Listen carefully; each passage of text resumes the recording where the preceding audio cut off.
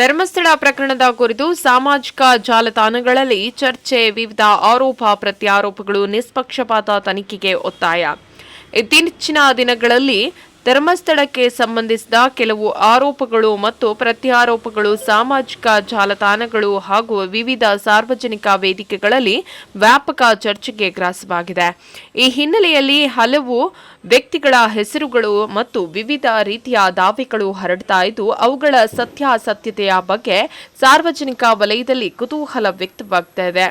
ಕೆಲವು ಪೋಸ್ಟರ್ಗಳು ಮತ್ತು ಹೇಳಿಕೆಗಳಲ್ಲಿ ನಟ ಪ್ರಕಾಶ್ ರಾಜ್ ಅವರ ಹೆಸರನ್ನ ಉಲ್ಲೇಖಿಸಿ ಆರೋಪಗಳನ್ನು ಮಾಡಲಾಗಿದೆ. ಆದರೆ ಈ ಆರೋಪಗಳಿಗೆ ಸಂಬಂಧಿಸಿದಂತೆ ಅಧಿಕೃತ ತನಿಖಾ ವರದಿಗಳು ಅಥವಾ ನ್ಯಾಯಾಲಯದ ಅಂತಿಮ ತೀರ್ಪಿನ ಮೂಲಕ ದೃಢೀಕರಣವಾಗಿದೆ ಎಂಬ ಮಾಹಿತಿ ಸಾರ್ವಜನಿಕವಾಗಿ ಲಭ್ಯವಾಗಿಲ್ಲ. ಆದ್ದರಿಂದ ಇಂತಹ ಮಾಹಿತಿಯನ್ನ ಎಚ್ಚರಿಕೆಯಿಂದ ಪರಿಗಣಿಸುವುದು ಅಗತ್ಯವಾಗಿದೆ. ಈ ಮಧ್ಯೆ ಕೆಲವು ಸಂಘಟನೆಗಳು ಮತ್ತು ಸಾರ್ವಜನಿಕರು ಪ್ರಕರಣದ ಎಲ್ಲಾ ಆಯಾಮಗಳ ಕುರಿತು ಸಮಗ್ರ, ನಿಷ್ಪಕ್ಷಪಾತ ಹಾಗೂ ಪಾರದರ್ಶಕ ತನಿಖೆ ನಡೆಸಬೇಕು ಎಂದು ಆಗ್ರಹ ವ್ಯಕ್ತಪಡಿಸಿದ್ದಾರೆ.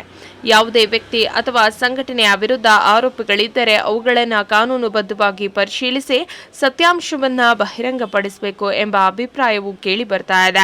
ಕಾನೂನು ತಜ್ಞರ ಪ್ರಕಾರ ನ್ಯಾಯಾಂಗ ಪ್ರಕ್ರಿಯೆ ಪೂರ್ಣಗೊಳ್ಳುವವರೆಗೂ ಅಥವಾ ತನಿಖಾ ಸಂಸ್ಥೆಗಳು ಅಧಿಕೃತವಾಗಿ ಮಾಹಿತಿ ನೀಡುವವರೆಗೂ ಯಾರನ್ನ ತಪ್ಪಿತಸ್ಥರೆಂದು ಘೋಷಿಸುವುದು ಸೂಕ್ತವಲ್ಲ. ಕಾನೂನು ತಜ್ಞರ ಪ್ರಕಾರ ನ್ಯಾಯಾಂಗ ಪ್ರಕ್ರಿಯೆ ಪೂರ್ಣಗೊಳ್ಳುವವರೆಗೂ ಅಥವಾ ತನಿಖಾ ಸಂಸ್ಥೆಗಳು ಅಧಿಕೃತವಾಗಿ ಮಾಹಿತಿ ನೀಡುವವರೆಗೂ ಯಾರನ್ನು ತಪ್ಪಿತಸ್ಥರೆಂದು ಘೋಷಿಸುವುದು ಸೂಕ್ತವಲ್ಲ. ಸಂವಿಧಾನ ಮತ್ತು ಕಾನೂನಿನ ಅಡಿಯಲ್ಲಿ ಪ್ರತಿಯೊಬ್ಬರಿಗೂ ನ್ಯಾಯಸಮ್ಮತ ವಿಚಾರಣೆಯ ಹಕ್ಕು ಇದೆ. ಸಾಮಾಜಿಕ ಜಾಲತಾಣಗಳಲ್ಲಿ ಹರಡಿರುವ ಮಾಹಿತಿಗಳು ಕೆಲವೊಮ್ಮೆ ಪರಿಶೀಲಿಸದ ಅಥವಾ ಅಪೂರ್ಣವಾಗಿರಬಹುದು.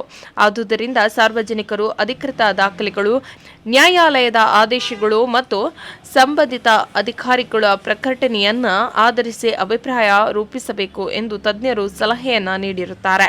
ಪ್ರಕರಣದ ಕುರಿತು ಯಾವುದೇ ಹೊಸ ಅಧಿಕೃತ ಮಾಹಿತಿ, ತನಿಖೆಯ ಪ್ರಗತಿ ಅಥವಾ ನ್ಯಾಯಾಲಯದ ಆದೇಶ ಹೊರಬಂದಲ್ಲಿ ಅದರ ಆಧಾರದ ಮೇಲೆ ಮುಂದಿನ ಬೆಳವಣಿಗೆಗಳು ಸ್ಪಷ್ಟವಾಗುವ ಸಾಧ್ಯತೆ ಇದೆ. ಅಲ್ಲಿಯವರೆಗೆ ವದಂತಿಗಳು ಅಥವಾ ದೃಢೀಕರಿಸಿದ ಮಾಹಿತಿಗಿಂತ ಅಧಿಕೃತ ಮೂಲಗಳಿಗೆ ಆದ್ಯತೆ ನೀಡುವುದು ಸಾರ್ವಜನಿಕ ಹಿತದೃಷ್ಟಿಯಿಂದ ಮಹತ್ವವಾಗಿದೆ.